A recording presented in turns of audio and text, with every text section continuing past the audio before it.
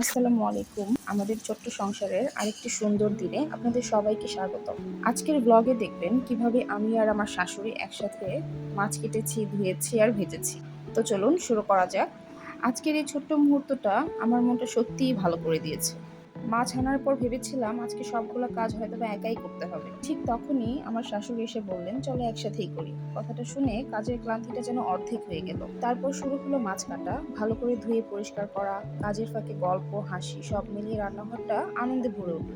এরপর কিছুটা মাছ ধীরে ধীরে রং হওয়া পর্যন্ত ভেজে নিলাম। সেই সুন্দর রং আর ঘ্রাণ দেখে মনে হচ্ছিল আজকের রান্নাটা নিশ্চয়ই দারুণ হবে। এমন ছোট ছোট মুহূর্তই সংসারের সবচেয়ে সুন্দর স্মৃতি হয়ে থাকে। ভালোবাসা আর একসাথে কাজ করার আনন্দের কোনো তুলনা হয় না। এরপর মাছগুলো সব বক্সে তুলে নিলাম, পর রান্নাঘরটা সুন্দর করে পরিষ্কার করে নিলাম। পরিষ্কার পরিচ্ছন্ন পরিপাটি রান্নাঘর আমার খুব পছন্দ। সেজন্য আমি চেষ্টা করি সবসময় রান্নাঘরটা পরিষ্কার পরিচ্ছন্ন আর পরিপাটি করে রাখতে। আর আমার এই ভিডিওটা যদি ভালো লাগে তাহলে লাভ দিয়ে জানাবেন। কমেন্ট করে বলুন আপনার বাসায়ও কি সবাই মিলে এভাবে রান্নার প্রস্তুতি করেন। আরও এমন ঘরোয়া ব্লগ দেখতে ফলো করতে ভুলবেন না।